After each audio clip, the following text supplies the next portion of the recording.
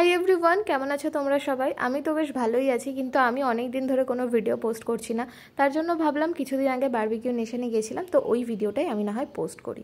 তো আমি জানতাম না যে বারবিকিউ নেশনে ককটেলস আর বিয়ারও পাওয়া যায়। যাই হোক, ফার্স্টে স্টার্টারে দিয়েছিল ফুচকা, তাছাড়া দিয়েছিল চিকেন টিক্কা, ফিশ টিক্কা, প্রন টিক্কা, আর এছাড়া আমাদের প্লেটে সার্ভ করেছিল চিকেন শিক কাবাব, চিকেনের একটা কাবাব, আর হচ্ছে এটা মনে হয় ফ্রাইড পটাটো ছিল, যেটা মেয়োনিজ মাখানো আছে।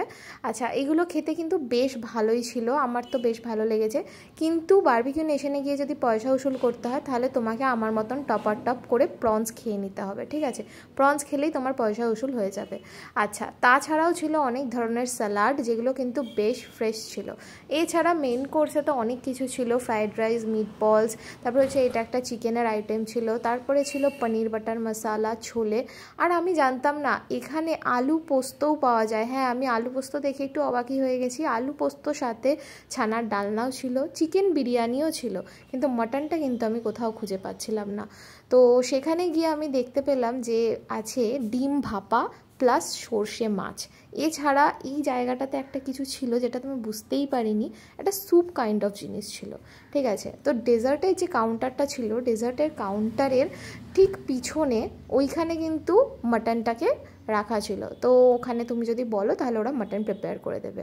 আমি তো পাপড়ি চাট খেয়েছিলাম, পাপড়ি চাটটা আমার বেশ ভালো লেগেছিল, ঠিক আছে? এতগুলো স্টার্টার খাওয়ার পরে এই পাপড়ি চাটটা খেয়েই কিন্তু মুখে টেস্ট ফিরে এসেছিলো।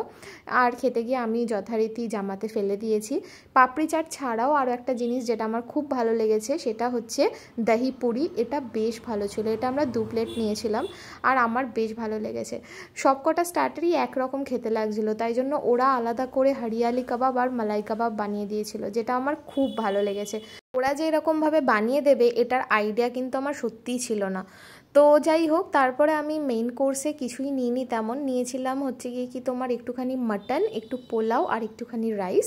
তো মাটনটা দেখতে পাচ্ছ বেশ ভালোই শক্ত ছিল, তো আমার তো একদমই ভালো লাগেনি। কিন্তু ওরা কিন্তু আমাকে বলেছিল যে মাটনটা যে শক্ত আছে ওরা চাইলে আবার প্রিপেয়ার করে দেবে। তো আমি বললাম না, ঠিক আছে থাক, কারণ আমার এমনি পেটে কোনো জায়গা ছিল না, বেকার নিয়ে নষ্ট করে কী লাভ বলো। আর এখানে ডেজার্টে প্রচুর কেকস ছিল, ঠিক আছে? ব্ল্যাক ফরেস্ট ছিল, সুজির কেক ছিল, ফিরনি ছিল, তারপরে বিভিন্ন ধরনের জেলি ছিল।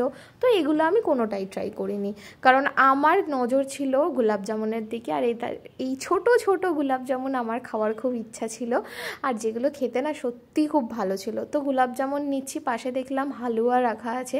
মুগ ডালের হালুয়া আমি কখনো খাইনি, তাই জন্য ভাবলাম টেস্ট করার জন্য নিয়েই নি। আর আমি এটা অল্পই নিয়েছিলাম, কিন্তু এটা খেতে কিন্তু মোটামুটি ভালোই ছিল, কিন্তু একটু বেশি মিষ্টি ছিল। তো যাই হোক, পাশে ব্রাউনি রাখা ছিল, ব্রাউনি তো নিতেই হতো, কারণ এখানে আইসক্রিম আছে, তো আইসক্রিমের সাথে ব্রাউনি খাবো, প্লাস আইসক্রিমের সাথে গোলাপ জামুন খাবো, এই কথা ভেবে আমি কিন্তু ভ্যানিলা আইসক্রিম নিয়েছিলাম। এছাড়াও নিয়েছিলাম কুলফি, এখানে আছে পান কুলফি আর কেসার কুলফি, আর আমি নিজের জন্য নিয়েছিলাম হচ্ছে একটা কেসার কুলফি, কারণ এত কিছু কি আর খেতে পারবো বলো, তার জন্য বেশি নিইনি। আর এটা হচ্ছে গিয়ে কি তোমার গোলাপ জামুন, যেটার কথা বলছিলাম, যেটা বেশ ভালো ছিল। আমি তো এটা এক বাটি খাওয়ার পর আরও এক বাটি নিয়ে এসেছিলাম, যেটা আমি খেয়েছি। তার সাথে ছিল ব্ল্যাক ফরেস্ট কেক আর ছিল ফিরনি। আর যার জন্মদিনে গেছিলাম, যার ট্রিট ছিল এটা, সে এখন কেক কাটছে, শানু দাদার পাশে ভাবি আছে। আর এটা হচ্ছে ভাবির একটা সিস্টার, ওর নাম হচ্ছে দিয়া, খুবই মিষ্টি একটা মেয়ে। তো আমরা সবাই মিলে গেছিলাম সল্টলেক সেক্টর 5-এর বারবিকিউ নেশনের আউটলেটটাতে। দেখো, বলতে বলতে গলা ধরে গেছে। যাই হোক, তো আমার এক্সপিরিয়েন্স কিন্তু বেশ ভালো ছিল, স্টাফ বিহেভিয়ার খুবই ভালো ছিল, 10 out of 10 বলতে পারো। তো যদি কিছু ভালো লেগে থাকে, then please do like, comment, share and subscribe to sweet and tooth for more such sweet content. Till then, by.